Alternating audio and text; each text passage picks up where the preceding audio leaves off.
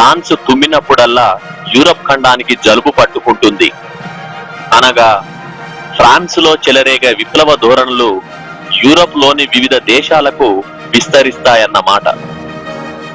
1815లో జరిగిన వియన్నా మహాసభ 18వ లూయిని ఫ్రాన్స్ రాజుగా పునరుద్ధరించింది.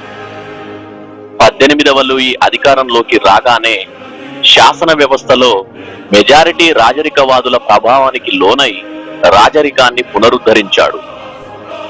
విప్లవ సంకేతమైన త్రివర్ణ పతాకాన్ని జాతీయ పతాకంగా నిషేధించాడు. పత్రికల మీద భారీగా ఆంక్షలు విధించాడు. ఈయన తర్వాత వచ్చిన చార్లెస్ టెన్ పత్రికా స్వాతంత్రాన్ని పూర్తిగా రద్దు చేశాడు. ఫ్రాన్సును వదిలి గతంలో పారిపోయి వచ్చిన ప్రభువులు కులీనుల ఆస్తులను పునరుద్ధరించాడు. నేషనల్ గార్డ్స్ ను రద్దు చేశాడు. శాసన వ్యవస్థ కాలపరిమితి తగ్గించాడు. విప్లవ శక్తులను అణచడానికి తీవ్ర రాచరికవాది అయిన పోలిగ్నసీ ప్రిన్సిడేను ప్రధానిగా నియమించాడు. చార్లెస్ టెన్ తను తీసుకున్న ఈ ప్రతిచర్యాత్మక చర్యలన్నీ క్రీస్తు శకం 1830 జూలై 26న ఆదేశాలుగా జారీ చేశాడు. ఈ చర్యల ఫలితంగా 1830 జూలైలో విప్లవం చెలరేగింది.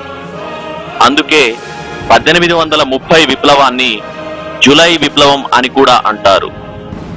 ఫ్రాన్స్ తుమ్మినప్పుడల్లా యూరప్ కు జలుబు పట్టుకుంటుంది అనే సామెతను నిజం చేస్తూ పోర్చుగల్,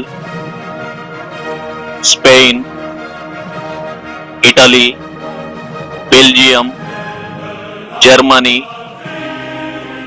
మరియు పోలాండ్ వంటి దేశాలలో విప్లవాలు ప్రారంభమయ్యాయి. క్రీస్తు శకం 1830లో జరిగిన ఫ్రెంచ్ విప్లవం ఫ్రాన్స్ లో చార్లెస్ టెన్ పాలనకు అంతం పలికింది. ఆర్లియన్ వంశానికి చెందిన లూయి ఫిలిప్ సింహాసనాన్ని అధిష్ఠించాడు. ఈయన క్రీస్తు శకం 1830 నుండి 1848 వరకు ఫ్రాన్సును పాలించాడు. లూయి ఫిలిప్ కాలంలో ఫ్రాన్సులో మరో విప్లవం వచ్చింది. లూయి ఫిలిప్ ఉదారవాది. ఈయన తనను తాను ప్రజల రాజుగా ప్రకటించుకున్నాడు.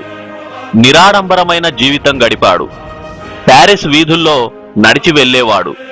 తన పిల్లలను పబ్లిక్ పాఠశాలలకు పంపేవాడు. వివిధ పార్టీల వారినందరినీ సంతోషపెట్టడానికి ప్రయత్నించాడు. పత్రికా స్వాతంత్ర్యం కల్పించాడు. పిల్లలకు విద్యను అందించాడు. కానీ ఈయన రాజ్యాంగవాదుల ప్రభావానికి లొంగిపోయాడు. దీంతో రాజరికవాదుల, రిపబ్లికన్ల, బోనోపార్టీవాదుల అయిష్టానికి గురయ్యాడు. కాలానుగుణంగా మారడంలో విఫలమయ్యాడు. ఫ్రాన్సులో పరిశ్రమలను అభివృద్ధి చేయాలనే కోరికతో ఎగువ మధ్యతరగతి వారిని ఆదరించాడు. ఫలితంగా ఇతర వర్గాల వారి వ్యతిరేకతకు పాత్రుడయ్యాడు. రాజరికాన్ని తొలగించి ఫ్రాన్సును రిపబ్లిక్ దేశంగా చేయాలని రిపబ్లికన్లు ప్రయత్నించసాగారు.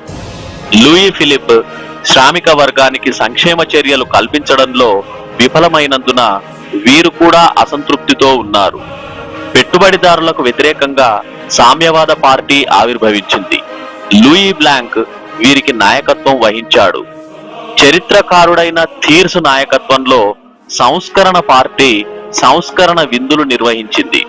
ప్రభుత్వాన్ని ధిక్కరించి అన్ని వర్గాల ప్రజలు ఈ విందులలో పాల్గొన్నారు. సంస్కరణ విందులు చెడగొట్టడానికి ప్రభుత్వం సైన్యాన్ని పంపించింది. విందుకు హాజరైన వారి మీద సైన్యం కాల్పులు జరపగా 20 మంది ప్రాణాలు కోల్పోయారు. 30 మందికి పైగా గాయపడ్డారు.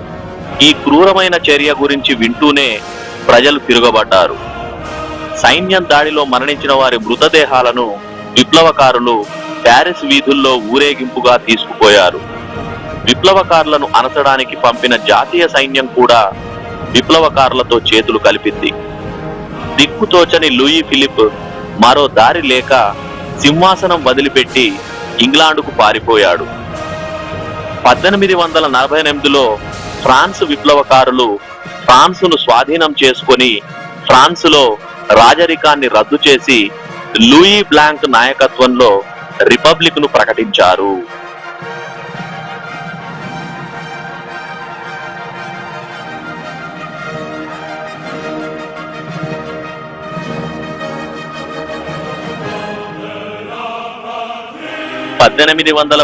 ఫ్రాన్స్ విప్లవం కలిగించిన ప్రభావం మాదిరిగానే 1848లో జరిగిన విప్లవం కూడా ఇలాంటి ప్రభావాన్ని కలిగించింది.